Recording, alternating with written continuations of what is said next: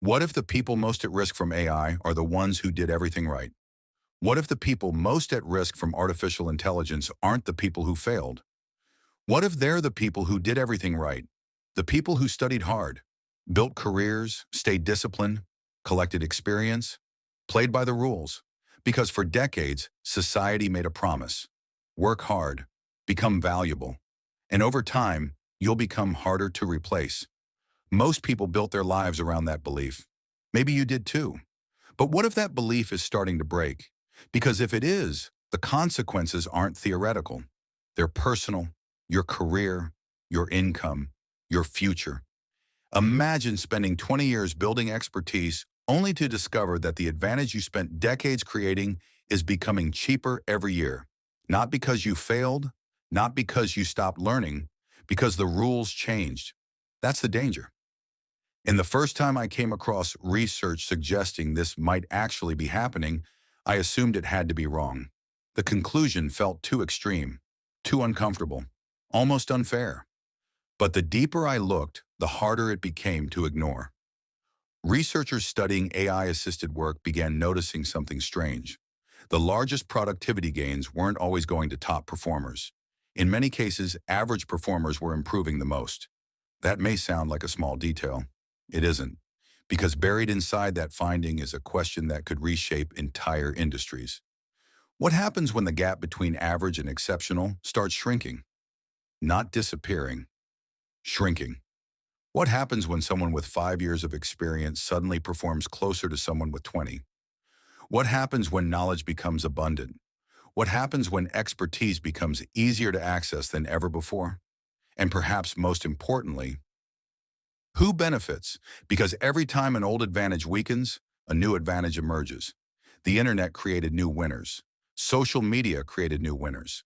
Mobile technology created new winners. Every major shift follows the same pattern. Most people focus on the threat.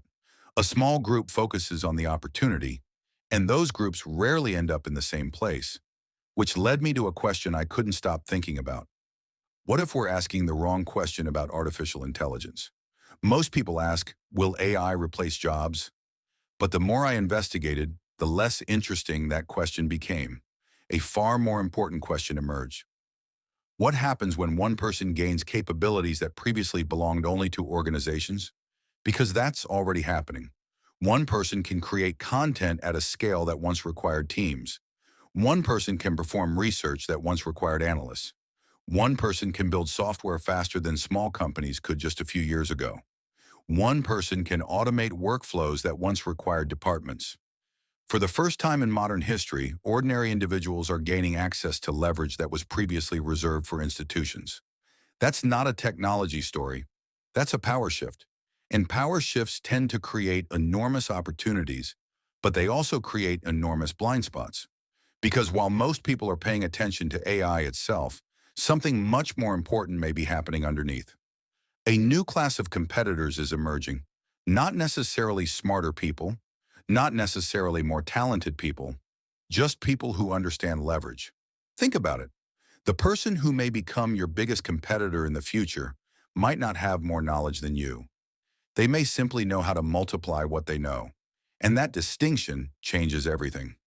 The first time I truly understood this, another question appeared. What if the future doesn't reward expertise the way the past did? That sounds absurd. Until you look at history. When electricity arrived, the biggest winners weren't the people who built power plants. Many of the biggest winners were the people who understood how electricity would transform entire industries. When the internet arrived, the biggest fortunes weren't created by people who merely used websites. They were created by people who saw entirely new business models. Every transformation follows the same pattern. The technology matters, but understanding the second-order effects matters more. And that's where things become uncomfortable. Because most people are still treating AI like a tool. Some people are treating it like a force multiplier. And the gap between those two mindsets may become enormous. Imagine opening LinkedIn 3 years from now.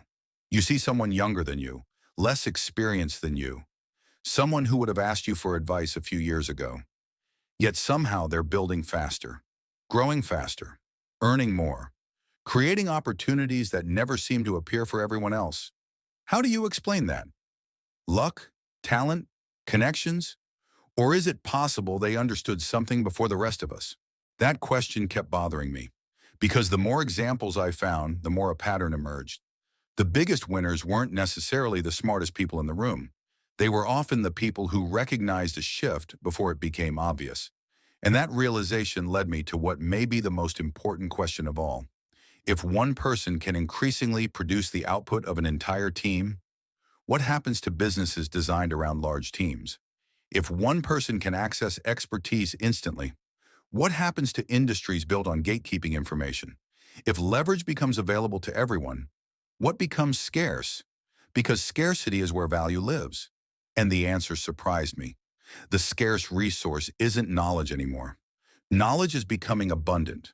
The scarce resource is judgment, the ability to ask better questions, the ability to recognize patterns, the ability to identify opportunities before everyone else sees them. That's where the next advantage may come from. And that's also why I believe many people are still looking in the wrong direction. They're focused on what AI can do. They're not focused on what AI allows other people to do. And that may turn out to be one of the most expensive misunderstandings of the next decade. Because every major economic shift creates two groups: the people who adapt while the change is still small, and the people who wait until the evidence becomes overwhelming. The first group usually feels uncomfortable. The second group usually feels safe, at least for a while.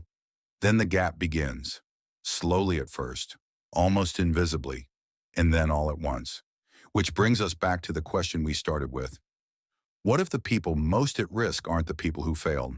What if they're the people who follow the old map perfectly, just as the landscape started changing? Because if that's true, then this isn't really a story about artificial intelligence. It's a story about adaptation. It's a story about leverage. It's a story about recognizing a shift while it's still early enough to matter. And the people who understand that first may not simply gain an advantage. They may end up playing an entirely different game than everyone else. The strange part? Most people still think this story is about technology. I don't think it is. I think it's about the future value of being human. And what I discovered next completely changed how I think about where wealth will be created during the next decade.